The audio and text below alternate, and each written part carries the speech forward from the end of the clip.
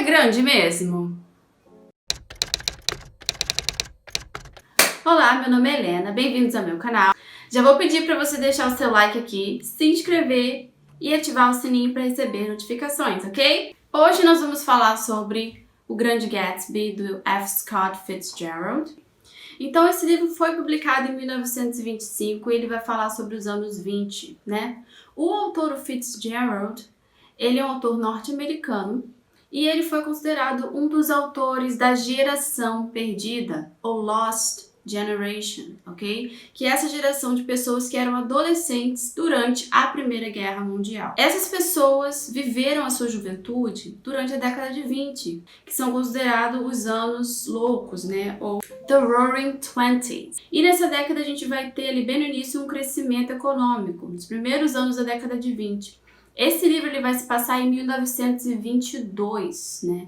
Então vai ser aquele momento ali de início da década de 20 e a gente vai ter, por exemplo, Manhattan, Wall Street, né? Aquele crescimento de venda e compra de ações. A gente vai ter esse new money, pessoas que começaram a enriquecer depois da guerra. E a gente também vai ter a lei seca que foi implantada nessa década, né? Com o objetivo de diminuir a violência e a criminalidade. Porém, assim, não funcionou, porque a gente sabe que logo em seguida, né, começaram a ter contrabando de álcool e as autoridades responsáveis por fiscalizar, né, esses contrabandos faziam vista grossa. Então a gente pensa assim, Estados Unidos, Nova York, Long Island. Em Long Island, que é a ilha longa de Nova York, a gente vai ter o Estreito de Long Island, que é lá ao leste, né? A gente vai ter o Estreito de Long Island e nesse estreito a gente vai ter uma formação geográfica que lembra ovos. Sim, ovos. A gente vai ter dois ovos. Que interessante, né? O West Egg e o East Egg. E esses ovos, eles estão um de frente pro... Let me have some martini. E esses ovos, eles estão um de frente pro outro. Então, desse lado a gente vai ter East Egg, que são as famílias que eram ricas antes da guerra, como o Fitzgerald vai dizer, old money, ok? Dinheiro que eles herdaram ou que eles já tinham. E desse lado a gente vai ter o West Egg, que são os novos ricos, podres de rico, que começaram a fazer sua fortuna depois, né, da Primeira Guerra. Existe West Egg e East Egg, ok? Ai, tô me confundindo com os ovos. Estou trocando os ovos literalmente. Então, existe o West Egg e o East Egg? Não. Na verdade, onde é o West Egg, em Nova York, fica localizado Port Washington. E onde é West Egg é a comunidade de Great Neck. Em West Egg, a gente vai ter o Gatsby e o Nick. O Nick vai se mudar para West Egg, tá? E ele vai acabar, por coincidência, morando ao lado do Gatsby. E em East Egg, ou no lugar onde a gente tem o Old Money, a gente vai ter a família dos Buchanan. Daisy Buchanan e Tom Buchanan, ok? Eles são a família que mora ali. E eles vão morar um de frente pro outro, né?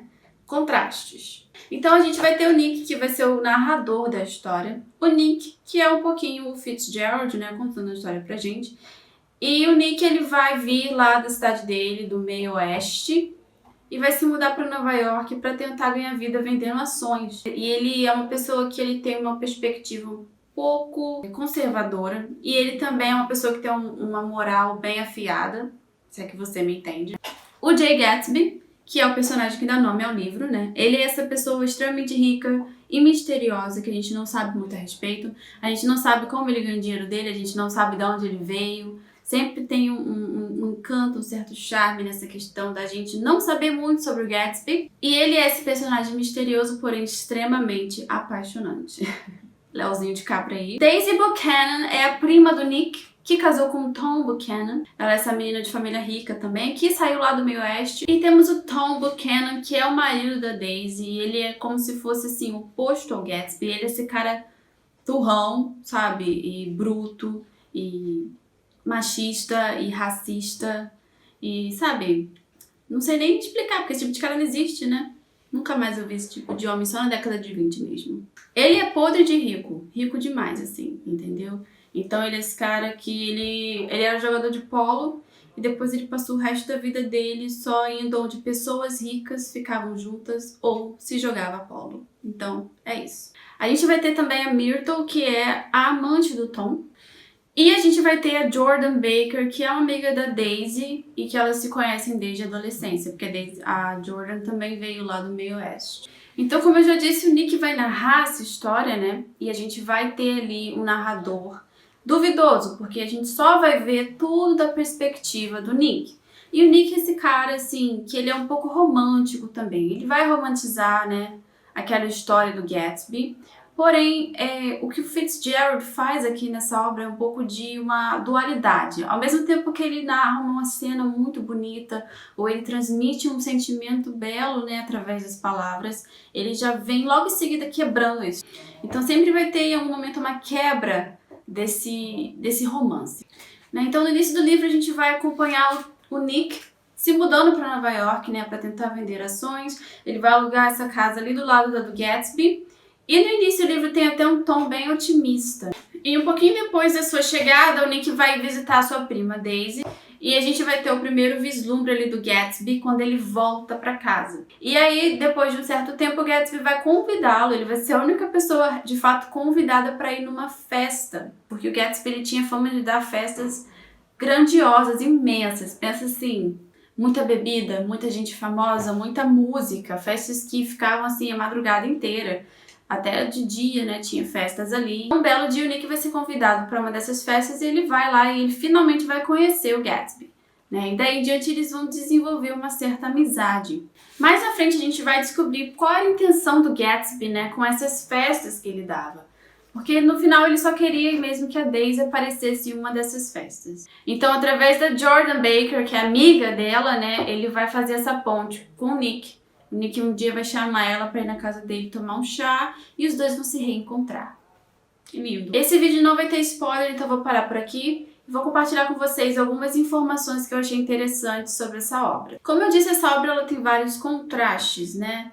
A gente vai ter ali sempre uma comparação entre as coisas. E a gente também vai ter o contraste entre West Egg e East Egg, né? O dinheiro novo, o dinheiro velho. E nessa história, todos os personagens vão ter uma moral meio duvidosa. O Nick sempre deixa a gente com essa impressão de que essas pessoas são dúbias em algum sentido, que elas têm ali, né? Um que é escrachado é o Tom, porque o Tom ele é aquele cara que ele trai a Daisy, ele faz de tudo, ele é racista, ele é, sabe... Ele é meio orgulhoso, assim, ele tem um jeito, né, de rico, insuportável. Então a gente já vê ele, esse personagem, um personagem extremamente detestável, né? E eu achei bem interessante o Fitzgerald ter colocado ele nessa história já como meio que um vilão, né? Porque ele é um arquétipo do homem branco, rico, né? Da década de 20, talvez, ele seja a representação do típico americano, né, que a gente tinha naquela época. A questão do passado também é muito importante nesse livro. A gente vai ver que os personagens eles meio que vivem, né, em função do passado. O que vai acabar trazendo também um tom meio melancólico pro livro, porque eles ficam voltando, né? O próprio Jay Gatsby, ele tem esse desejo de reviver o passado. Ele se deteve e passou a andar de lá para cá num caminho desolado de cascas de frutas, lembranças abandonadas e flores esmagadas. Veja, eu não pediria tanto assim dela. Arrisquei. Não dá para repetir o passado. Esse é o Nick. Como assim não dá para repetir o passado? Ele gritou, incrédulo. É claro que dá, Gatsby.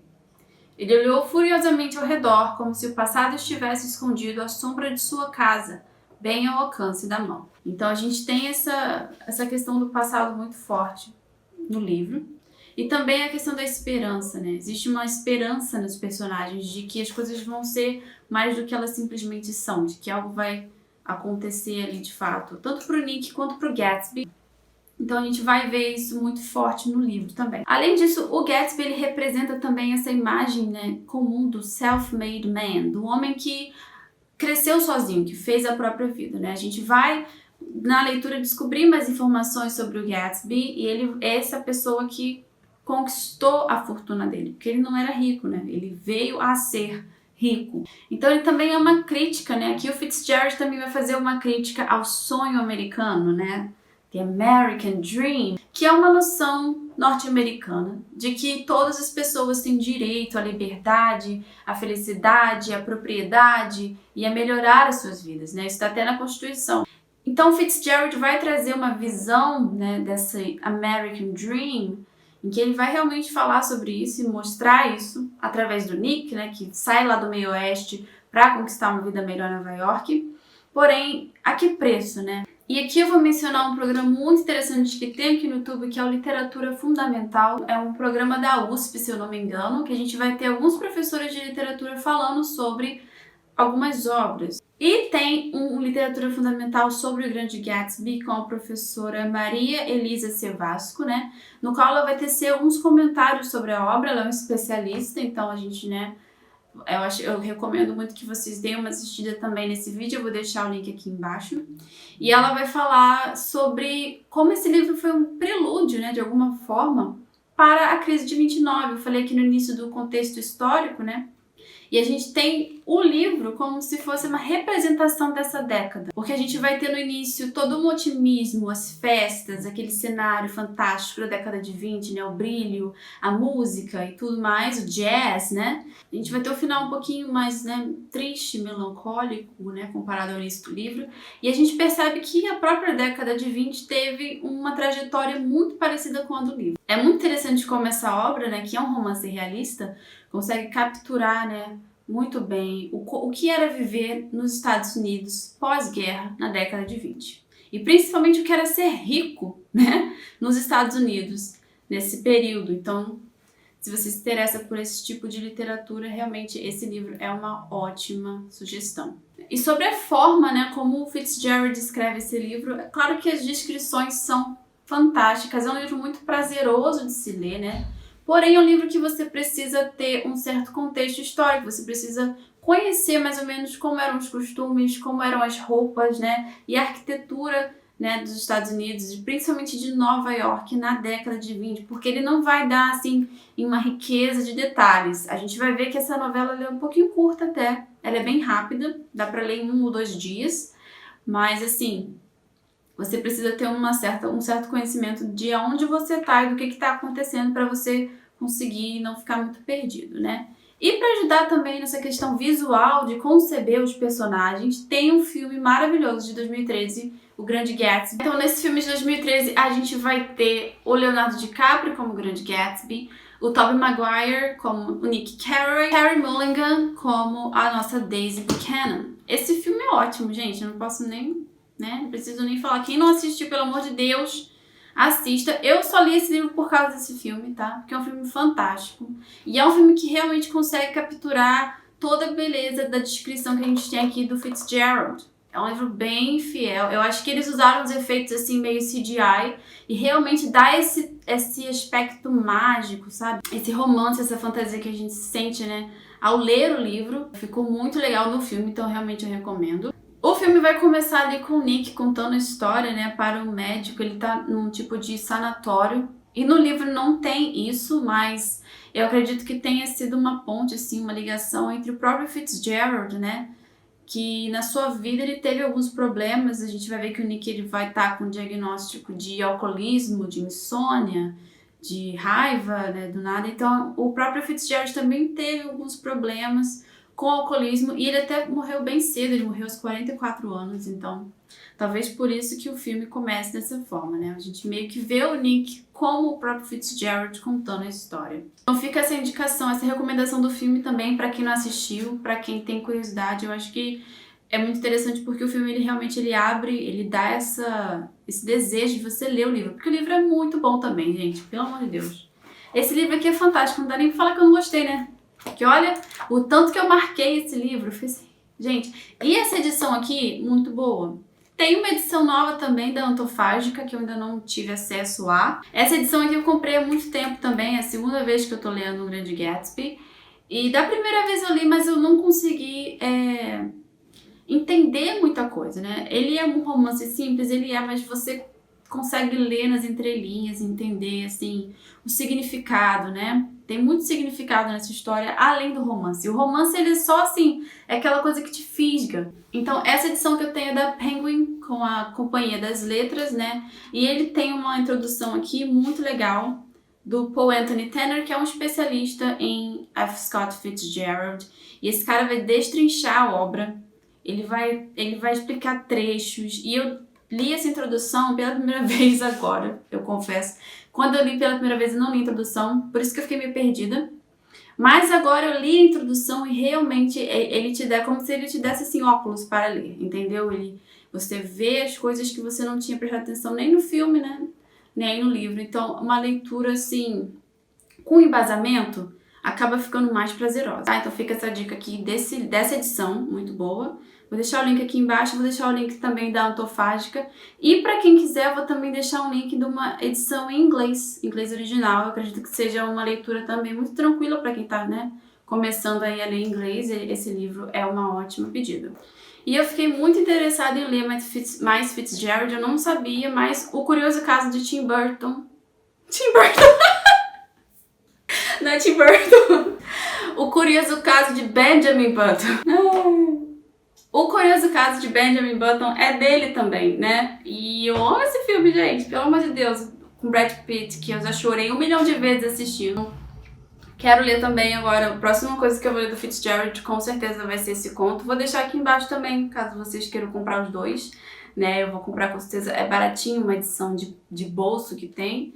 Então é isso, né? Fica aqui essa review de O Grande Gatsby e eu vou deixar a seu critério decidir se é grande mesmo o Gatsby, né? Então fica aí esse vídeo pra você, espero que você tenha gostado. Deixe seu like, compartilhe se você achou interessante esse conteúdo. Se inscreva no canal e ative o sininho. Meu Instagram tá aqui embaixo, me segue lá. E caso você queira adquirir algum desses livros, o link da Amazon também vai estar aqui embaixo, tá, gente? Vou colocar também aqui o vídeo do Literatura Fundamental sobre o Grande Gatsby para vocês darem uma olhada. É uma discussão bem interessante que a professora trouxe lá. E é isso, se você tem o Grande Gatsby, tira ele da estante e a gente se vê no próximo vídeo. Tchau!